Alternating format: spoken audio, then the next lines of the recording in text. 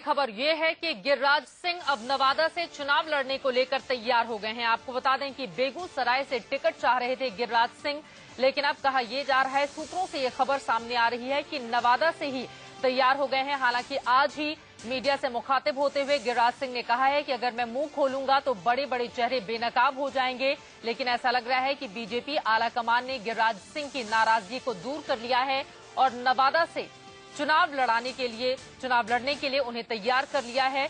नवादा से टिकट मिलने पर नाराज हो गए थे गिरिराज सिंह और इसी वजह से उन्होंने मोर्चा खोल लिया था। राजनाथ सिंह से भी गिरिराज सिंह ने जाकर मुलाकात की थी, अपनी आपत्ति जताई थी, क्योंकि बेगूसराय से वो चुनाव लड़ना चाह रहे थे। वहीं से वो काफी ज्यादा सक्रिय भी थे, वहां की जनता में उनकी अच्छी ज्यादा खासा पैठ भी है। इसी बात को लेकर बीजेपी आलाकमान से उन्होंने मुलाकात की थी और अपनी आपत्ति जताई, लेकिन अब खबर यह है कि गिरिराज सिंह की नाराजगी दूर हो गई है और वो नवादा से चुनाव लड़ने को तैयार हो गए हैं।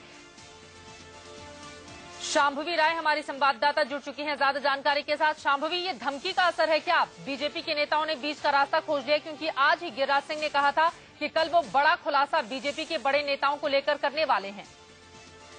ये गिरिराज सिंह के यहाँ हमारे सोर्सेज से बात हुई थी, उन्होंने हमें ये बताया कि वो इसको इस तरीके से देख रहे थे कि उनके खिलाफ एक कॉन्स्पिरेसी हुई है और ये माना जा रहा था कि गिरिराज स्वभाव से जिद्दी किस्म के हैं और अगर इस तरीके का प्रेशर उन पर डेवलप किया जाएगा तो वो अपनी नॉमिनेशन वापस ले सकते हैं। तो इसी को देखकर उनका मानना है, उनके यहाँ लोगों का मानना है कि उनके खिलाफ एक कॉन्स्पिरेसी की गई, कि वो उनके खिलाफ उनके ऊपर दबाव बनाया जाए कि वो बेगूसराय से ना लड़कर नवादा से ही लड़े और इसको लेकर वो अपना नामांकन वापस ले लेंगे।